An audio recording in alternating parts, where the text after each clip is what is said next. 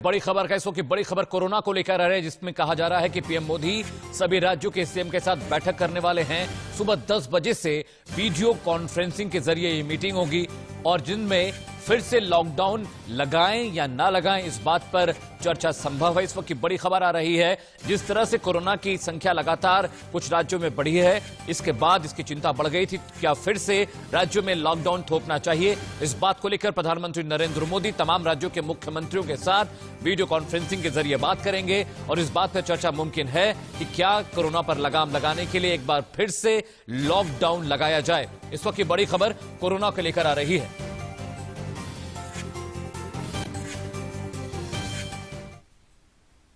पूरे देश में कोरोना ने एक बार फिर अपना कहर दिखाना शुरू कर दिया है। कई राज्यों में हालात इतने बिगड़ गए हैं कि एक बार फिर राज्य की सरकारें नाइट कर्फ्यू लगाने के लिए मजबूर हो गई हैं। वहीं कहीं अलग अलग राज्यों के द्वारा गाइडलाइंस में शादी में 100 से कम लोगों को बुलाने की बात कही गई है। हालत की गंभीरता को देखते हुए केंद्र की सरकार ने 8 राज्यों में टीमें भेजने का फैसला किया है।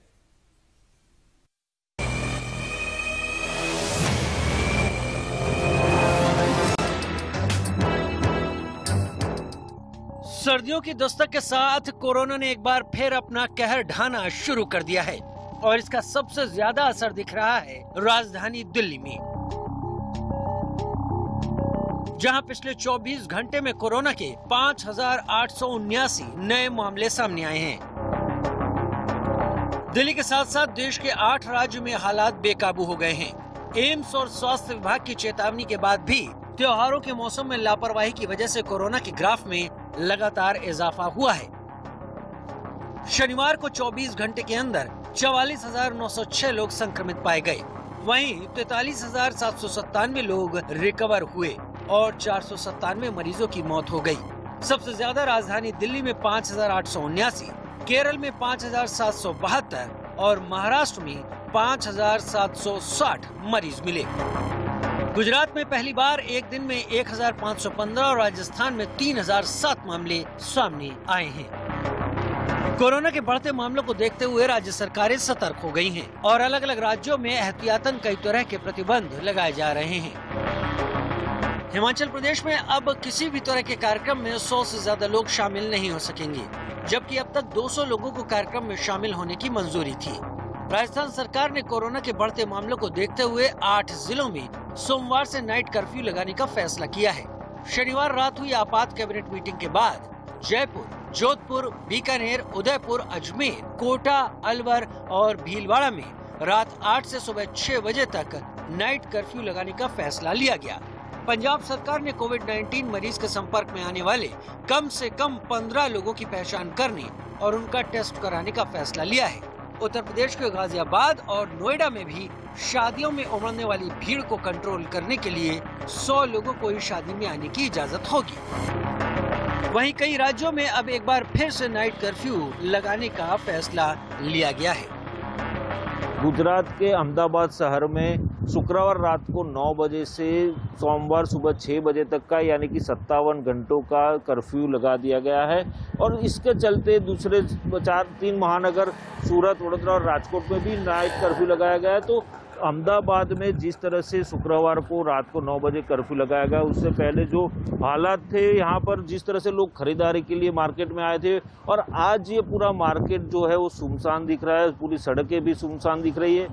हालात बेकाबू होता देख अब केंद्र ने भी कड़े कदम उठाने शुरू कर दिए हैं। बढ़ते मामलों को देखते हुए केंद्र ने राजस्थान और हरियाणा के बाद पंजाब, छत्तीसगढ़, उत्तर प्रदेश और हिमाचल प्रदेश में कोरोना से निपटने के लिए विशेष टीमें भेजने की बात कही है। हालांकि सरकार की कोशिशों से ज्यादा जरूरी है कि पब्लिक प्लेस में लोग 2 गज की दूरी और मास्क पहनने जैसे एहतियात का पालन करें। ब्यूरो रिपोर्ट के साथ मोहम्मद इजहार, इंडिया न्यूज। और अब बात लव जिहाद की। लव जिहाद के ताजा मामले में इजाफे के बाद बीजेपी शासित राज्यों ने कानून बनाकर लव जिहाद पर शिकंजा कसने की कवायद शुरू कर दी है। सरकार का ये कदम कितना कारगर होगा, इस पे तो अभी कुछ नहीं कहा जा सकता, लेकिन एक बात साफ है कि इस मुद्दे पर राजनीति ने जिस तरह से रफ्तार पकड़ी है, उससे प्यार, मोहब्बत और धोखा अब सियासी रंग चढ़ने लगा है।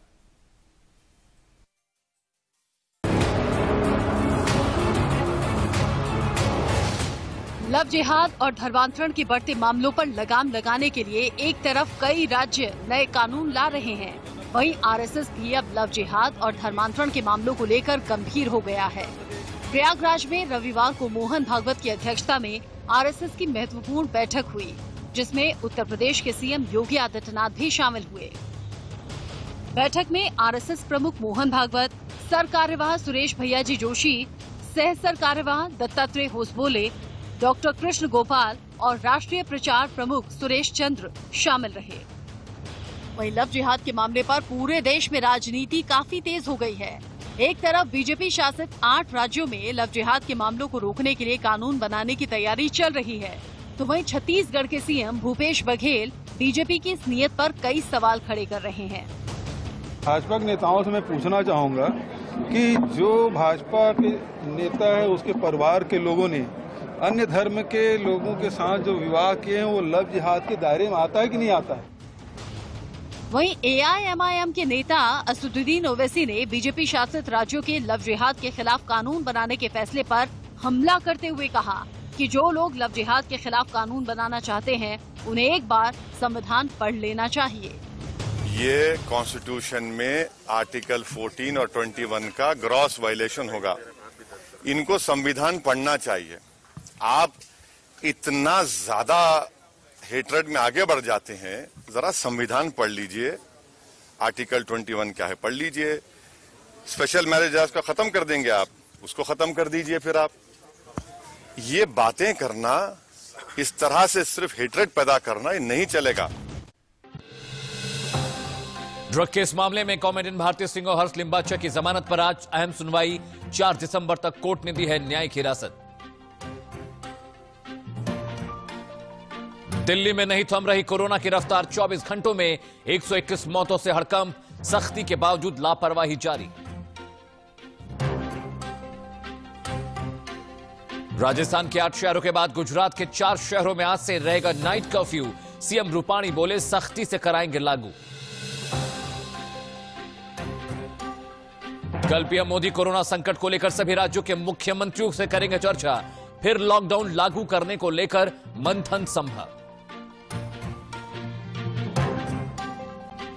सरकार गठन के बाद आज से शुरू होगा बिहार विधानसभा का पहला सत्र। भ्रष्टाचार, रोजगार, महंगाई के मुद्दे पर विपक्ष का नीतीश सरकार को घेरने का प्लान।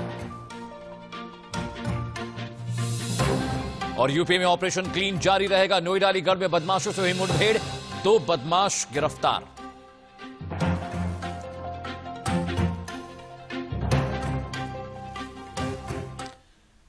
गुड मॉर्निंग, मैं हूं अमित सिंह। इंडिया न्यूज पर आप सभी का स्वागत है।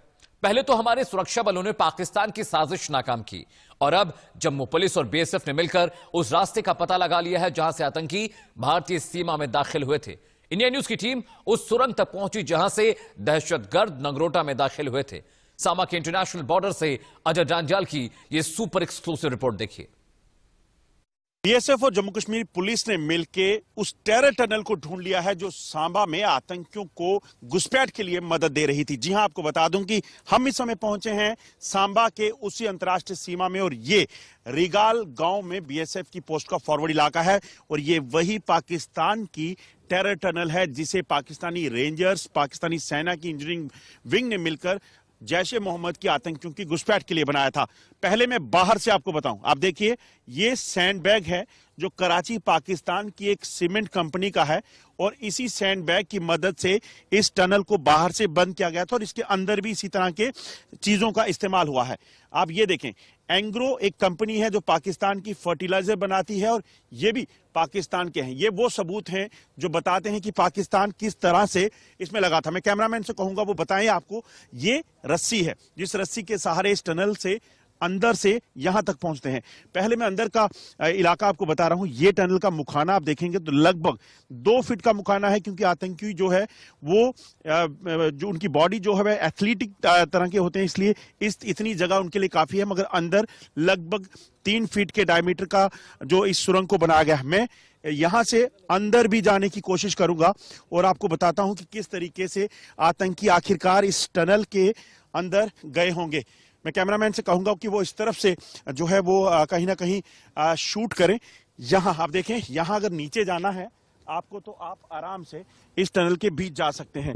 और अंदर, क्योंकि ये 150 मीटर तक लंबी टनल है, और मैं आपको बताऊं अंदर एक इतनी जगह है कि आराम से आप बैठ सकते हैं, क्रॉलिंग कर सकते हैं और हथियारों को लेकर अंदर आ सकते हैं। जब आप ऊपर तक निकले उसके बाद आप यहां से इस टनल से ऊपर आने के लिए आपको सिर्फ यहां देखें तो सपोर्ट चाहिए, और इसी लकड़ी और इस रस्सी की सपोर्ट से फिर आप ऊपर आए। ऊपर आकर यहां से आपको बाहर आना है। और इस तरफ मैं कैमरामैन से कहूंगा, ये 150 मीटर दूर सिर्फ ठीक दूसरी तरफ आप तारबंदी पे जो लाइटें देख रहे हैं, ये पाकिस्तान और भारत के बीच का बॉर्डर है जो सांबा सेक्टर में है, और यहीं से तक इसको बनाया गया था। इसके ठीक पार पाकिस्तान की चकबूरा पोस्ट है। चकबूरा पोस्ट वही पोस्ट है जिस चकबूरा पोस्ट पे आतंकी जैश ए मोहम्मद के वो मौजूद थे, और शकरगढ़ में ये पड़ती है जहां पर रऊफ लाला, जी हां, मसूद अजहर का भाई जो वहां पे था, और वो यहां पर इस जम्मू कश्मीर को ठीक डीडीसी चुनावों से पहले दहलाने की साजिश रच रहा था। और इसी साजिश को जम्मू कश्मीर पुलिस और सुरक्षा बलों ने मिलकर नाकाम कर दिया, जब बन टोल प्लाजा पर यहां से घुसपैठ करके आतंकियों को बन टोल प्लाजा पर मार गिराया गया और चारों आतंकी ढेर कर दिए गए। इंडिया न्यूज ने कल भी आपको बताया था कि किस तरीके से पाकिस्तान टनल के जरिए यहां घुसपैठ करके आतंकियों को भेजता है, और उसी के लिए बीएसएफ ने पिछले 4 दिनों से पूरे अंतर्राष्ट्रीय सीमा के इलाके में जो लगभग 200 किलोमीटर का है वहां पर ऑपरेशन चलाया था। मगर कल स्पेसिफिक इनपुट मिला कि इस इलाके के सांबा के इसी जो इलाका रीगाल पोस्ट का इलाका पड़ता है, यहां पर जीपीएस जो आतंकियों ने इस्तेमाल किया था, मोबाइल फोन इस्तेमाल किया था, उसकी लोकेशन आई, जिसके बाद यहां ऑपरेशन शुरू हुआ। आप देखें ये घने जंगल का इलाका था, यहां पर सरकंडा था, घना सरकंडा। इन सरकंडों के बीचों बीच टनल बनाई गई जो लगभग 150 मीटर लंबी, यानी कि भारतीय क्षेत्र में है, और उतनी ही शायद पाकिस्तान की तरफ भी होगी, क्योंकि सरहद के पार जाकर देखना चीजें मुमकिन नहीं। मगर यहां पे जब देखी गई उसके बाद यहां आपको बता दूं कि इस टनल को जो है ढूंढ निकाला गया, पूरा सरकंडा काटा गया। सामने ये आप देख रहे हैं, ये सामने का जो इलाका है, यहीं से कुछ ही दूरी पर पाकिस्तान का इलाका है, और ये टनल ठीक बीच जो आप पेड़ देख रहे हैं, इन घने पेड़ों के बीचों बीच जो है वो पहुंचती है, और इन घने पेड़ों के बीचों बीच टनल का दूसरा सिरा है, और वहीं से आतंकी जो हैं घुसपैठ करके जो है यहां पहुंचे थे। और यहां से घुसपैठ 18 तारीख को लगभग 8 बजे के करीब इन आतंकियों ने यहां से घुसपैठ की। कोई गाइड जो है उनकी मदद में था जो यहां तक लेकर आया, और उसके बाद इस टनल के मुखाने को बंद कर दिया गया, और चारों आतंकी यहां वेपन्स लेकर अपने गाइड के साथ ट्रक तक पहुंचे हैं, और उसके बाद उन्होंने आगे चलना शुरू किया है। और आपको बताऊं, ये जो है एक सिरे से, एक कड़ी से दूसरी कड़ी को जोड़ने के बाद पुलिस और बीएसएफ ने जब कोऑर्डिनेशन में इस ऑपरेशन को चलाया तो ये बड़ी सफलता मिली है, जिसमें इस टनल को डिटेक्ट कर लिया है, टेरर टनल। अब ये देखना है कि क्या इस टनल के जरिए पहले भी आतंकी आ चुके हैं, क्योंकि इस टनल को बनाने के लिए सैंडबैग्स, लकड़ी, रस्सी और हर वो चीज इस्तेमाल की गई है जिससे इसको मजबूत किया जा सके ताकि ये टूटे ना।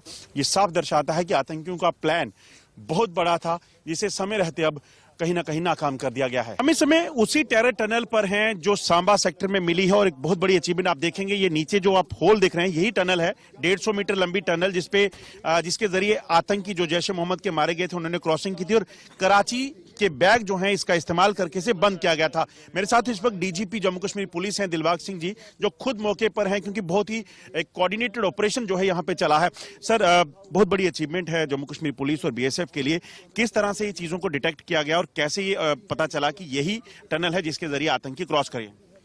18 की रात को क्रॉसिंग होने के बाद जब 19 को वहां एनकाउंटर बन टोल प्लाजा नगरोटा पे हुआ, जो मारे गए दहशतगर्द हैं उनसे जो टेक्निकल गैजेटरी और बाकी evidence Jammu police led by IG Jammu जो इन्होंने जुटाया, और इंटेलिजेंसीज जो हमारे साथ इस तफ्तीश के अंदर शामिल थी, सब ने मिलकर के ये पता लगाया कि इनकी क्रॉसिंग किस जगह से हुई है। तो उस सारे एविडेंस के मुताबिक क्रॉसिंग का पॉइंट इस एरिया में बन रहा था। ये पॉइंट बीएसएफ के साथ पूरा जनरल एरिया शेयर किया गया, जिसके मुताबिक बीएसएफ ने हर एरिया को बारीकी से तलाश किया, और तलाश करने के बाद ये टनल जो है सामने आई, ये लगभग वैसी ही टनल है जो पाकिस्तान ने कुछ अरसा पहले बनाई थी जैश ए मोहम्मद के दहशतगर्दों के लिए, जो बैनगलाड में पाई गई थी। लगभग उसी तरह की टनल है, जमीन से 15 फुट के फासले पे नीचे है, ये 15 से भी ज़्यादा ही होगा। और इसका जो माउथ आपको दिखता है वो बेशक कम है, मगर जो अंदर जाते हैं तो इसका फासला, इसका दायरा काफ़ी बड़ा खुल जाता है, जिसमें आराम से आदमी जो है वो चल के आ सकता है। इसमें पाकिस्तान के जो बैग सामने लगे हुए जो रस्सी है, ये भी दहशतगर्दों ने शामिल अपने उसमें इसके निकलते वक्त इस्तेमाल की होगी। ये सारी चीज़ें जहां पर इसके माउथ के ऊपर और इसके अंदर स्टेप्स के ऊपर लगी हुई थी। इस टीम को जहां पर लाने के बाद जो भी गाइड इनके साथ पीछे से आया होगा, उसने फिर से इसके सैंडबैग बंद करके इसके मुंह को बंद कर रखा था। बीएसएफ ने बड़ी मेहनत के बाद इसको ढूंढा है और आज ही ये टनल जो है वो तलाश की गई है। सर, जो मोबाइल और जो चीजें मिली थी, क्या उसकी मदद से इस टनल को ढूंढने में मदद मिली? देखिए, टेक्निकल गैजेटरी, मोबाइल भी थे, कुछ और साजो सामान भी थे, जीपीएस भी उसमें शामिल था। काफी ज्यादा जो साजो सामान, उसकी बारीक एनालिसिस जो पुलिस ने करी अपने बाकी एजेंसीज के साथ मिलके, उसी की बुनियाद पर जो एविडेंस मिला। सर, लगता है कि इसका इस्तेमाल इन्हीं जैश ए मोहम्मद के टेररिस्ट ने किया था या इससे पहले भी इसका इस्तेमाल हुआ हो सकता है? देखिए, ये कहना मुश्किल है कि इससे पहले इस्तेमाल हुआ इस टनल का कि नहीं, मगर देखने को लगता है कि ये टनल फ्रेश है, मगर मुमकिन है कि इससे पहले भी इस्तेमाल इसका हो चुका हो।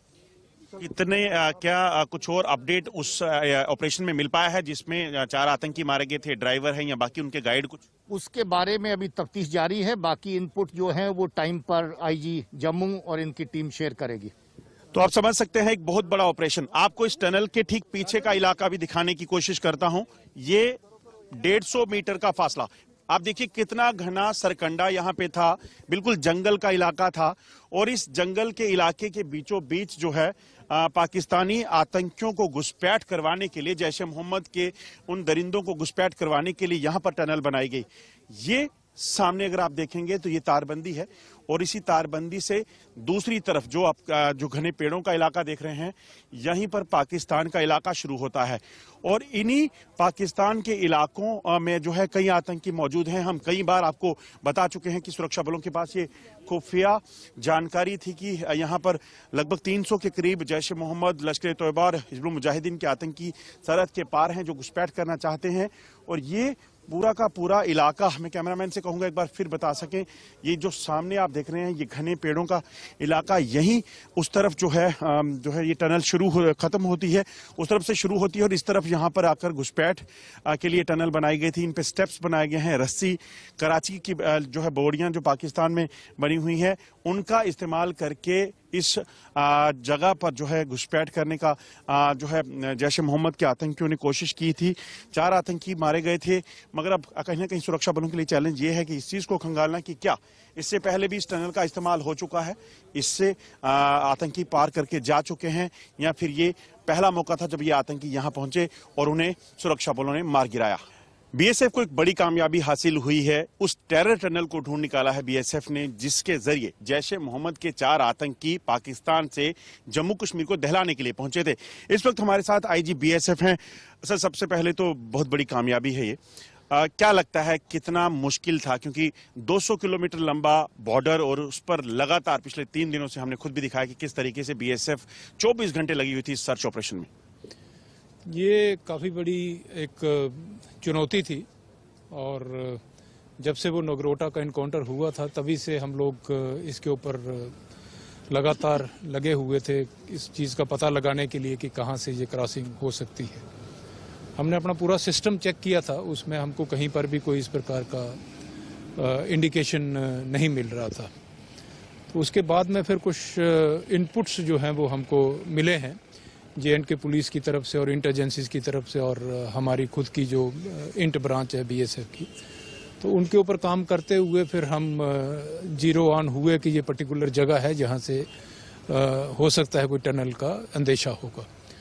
फिर इसके ऊपर दोबारा हमने ज़्यादा मेहनत करके इसके ऊपर बिल्ड किया और ये पता लगाने की कोशिश की कि पाकिस्तान की तरफ से कहाँ से टनल जो है ये खुद सकती है। तो जो बाउंड्री पिलर नंबर 179 है उसके पास से हमको कुछ ऐसे पुख्ता सबूत मिले और उसी के साथ में जो इंटेलिजेंसीज की तरफ से खबर मिली थी वो कोइंसाइड करी और फिर इस पर्टिकुलर स्पॉट को हमने करके और इसको सर्च किया। तो सुबह आज करीब 12:30 बजे हमको ये सक्सेस मिली है। तो ये काफ़ी मेहनत का एक नतीजा है कि हम तुरंत जो है पिछले इनफैक्ट 24 घंटे के अंदर अंदर हमको जो स्पेसिफिक इन्फॉर्मेशन के बाद में 24 घंटे के अंदर अंदर हमने ये इनपुट्स को इसको टनल को ढूंढ निकाला है। जिस तरह से ये टनल बनी है सर, क्या लगता है, क्योंकि आम सिर्फ 4 आतंकियों के लिए इसे बनाना शायद संभव नहीं होगा, क्या लगता है किस तरीके से बनाई गई? नहीं, ये इसका टनल का तो एक बड़ा लॉन्ग टर्म पर्पस था, इसको रेगुलरली यूज करने का था और ताकि लगातार टेररिस्ट जो है वो पाकिस्तान कश्मीर में भेजे जा सकें। और ये टनल को देख के लगता है कि अभी पहली बार ही इसको इस्तेमाल किया है, क्योंकि जो इंडियन साइड में एग्जिट है वो काफ़ी फ्रेश मिट्टी है और सैंड बैग्स काफ़ी फ्रेश हैं, लेकिन बड़े अच्छे तरीके से बनाया हुआ है। एक प्रॉपर इंजीनियरिंग एफर्ट इसमें लगी है और तब जाके ये टनल बनी है। करीब 150 मीटर इंडियन टेरिटरी में आके खुलती है और 2.5 से 3 फुट का इसका डाया है और 25 फुट नीचे ग्राउंड लेवल से है। तो ये एक प्रॉपर डिज़ाइन करके और एक मंसूबे के तहत इस टनल को बनाया गया है। सर, ये जो इलाका है जहां ये मिली है, किस तरह का टेरेन था और किस तरह का मटेरियल इसमें इस्तेमाल हुआ है? पाक मार्किंग के कुछ हमने बैग भी देखे हैं। इसमें काफ़ी एविडेंस है जो बिल्कुल पॉइंट आउट करता है कि इसमें पाकिस्तान एस्टेब्लिशमेंट का, रेंजर्स का इसमें पूरा हाथ है। इसमें सैंड बैग्स मिले हैं जिसके ऊपर पाकिस्तानी मार्किंग है। इसके अंदर से रस्सी मिली है जो टनल खोदने में, मिट्टी को बाहर निकालने में इस्तेमाल में लाई गई है। और भी हैं जो एक प्रॉपर टनल को बनाने के लिए इंस्ट्रूमेंट्स यूज होते हैं, वो इसमें मिले हैं। तो इसमें पूरा इन्वॉल्वमेंट है, इसमें कोई डिनाइल वाली बात नहीं है। और बिल्कुल ठीक पीछे इनके यहाँ से टनल है, वहाँ से 700-800 गज के ऊपर पाकिस्तान की पोस्ट है। तो ये सारा काम वहीं से आते हैं, वहीं जाते हैं और वहाँ से होता है, उनकी देख रेख में ये हुआ है। इस ऑपरेशन जो क्लीन आपने चलाया था बॉर्डर पे टनल, एंटी टनल ड्राइव के जरिए, क्या ये आगे भी जारी रहेगा ताकि और कुछ ऐसा हो? तो ये ऑपरेशन जारी रहेगा, लगातार इसके ऊपर हम काम करते रहेंगे और मुझे पूरी उम्मीद है कि हम इसमें कामयाब भी होंगे और भी कोई टनल होंगी तो हम उसको ढूंढ निकाल लेंगे। सर, एक आखिरी सवाल, क्या लगता है, क्योंकि फेंस को पार करना, ब्रीच करना वो टेररिस्ट के लिए मुमकिन नहीं क्योंकि बीएसएफ वहाँ रहती है, तो ये जो नई टैक्टिक्स हैं, चाहे वो आसमान से ड्रोन के जरिए हथियार हो या टनलिंग के जरिए घुसपैठ, ये कितना बड़ा चैलेंज है और किस तरह से देखते हैं? देखिए, टनल और ड्रोन्स का इस्तेमाल करना दर्शाता है कि पाकिस्तान पूरी तरीके से इसमें इन्वॉल्व है और पूरी कोशिश कर रहा है कि किसी न किसी तरीके से टेररिस्टों को JNK में भिजवाया जाए। जब उन्होंने देखा कि फेंस के होते हुए और यहाँ पर BSF की अलर्टनेस इतनी ज़्यादा है कि उनको क्रॉस करने के लिए बड़ा मुश्किल है, तो उन्होंने टनल को खोदने का काम शुरू किया है। तो ये एक लगातार चुनौती बनी हुई है हमारे लिए और हम इसके ऊपर लगातार काम करते रहेंगे। BSF की रिगाल पोस्ट का इलाका और यही वो इलाका है जहां पर पाकिस्तान ने टेरर टनल बनाई थी। यहीं से ठीक सामने लगभग 150 मीटर तारबंदी है और ठीक सामने आपको बता दूं कि ये चकबुरा पाकिस्तान का गांव है।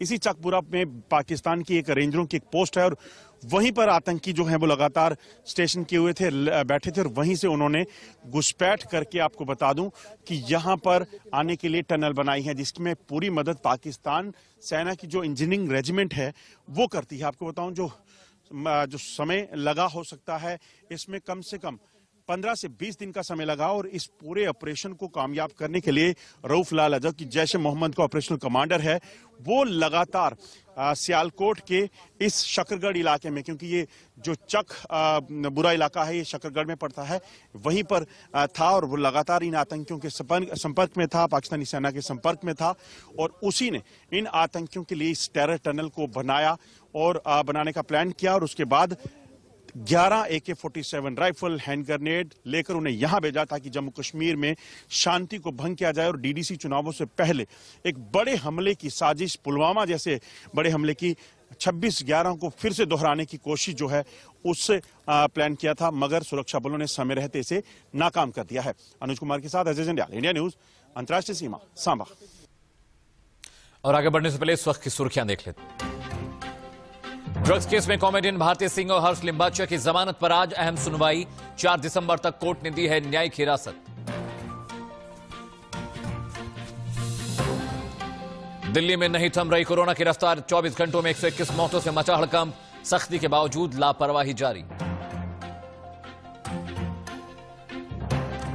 राजस्थान के 8 शहरों के बाद गुजरात के 4 शहरों में भी आज से रहेगा नाइट कर्फ्यू। सीएम रूपाणी बोले, सख्ती से कराएंगे लागू। कल प्रधानमंत्री नरेंद्र मोदी कोरोना संकट को लेकर सभी राज्यों के मुख्यमंत्रियों से करेंगे चर्चा। फिर लॉकडाउन लागू करने को लेकर हो सकता है मंथन। सरकार गठन के बाद आज से शुरू होगा बिहार विधानसभा का पहला सत्र। भ्रष्टाचार, रोजगार, महंगाई के मुद्दे पर विपक्ष का नीतीश सरकार को घेरने का प्लान। और यूपी में ऑपरेशन क्लीन जारी। नोएडा, अलीगढ़ में बदमाशों से हुई मुठभेड़। 2 बदमाश गिरफ्तार।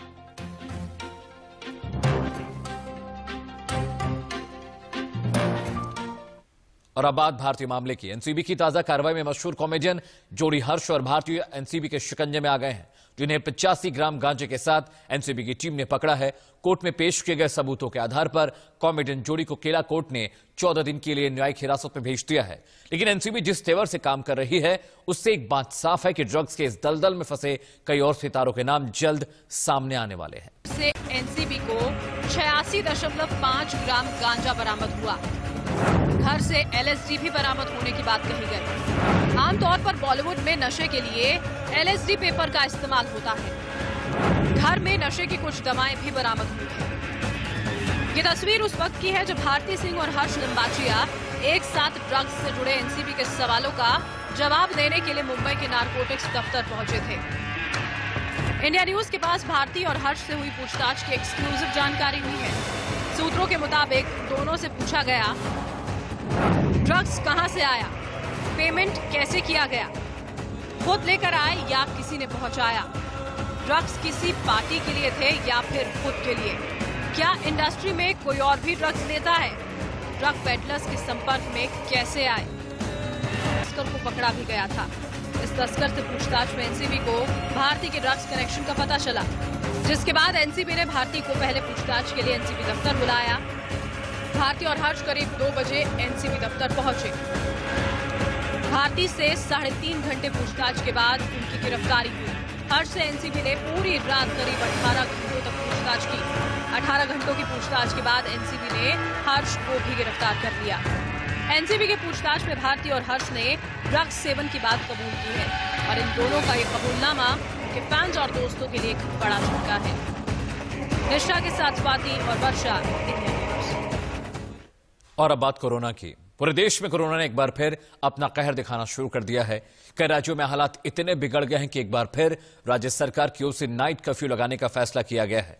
वहीं अलग अलग राज्य सरकार के द्वारा जारी गाइडलाइंस में शादी में 100 लोगों के आने जैसी पाबंदियां लगाई जा रही हैं। हालात की गंभीरता को देखते हुए केंद्र सरकार ने 8 राज्यों में टीमें भेजने का फैसला किया है।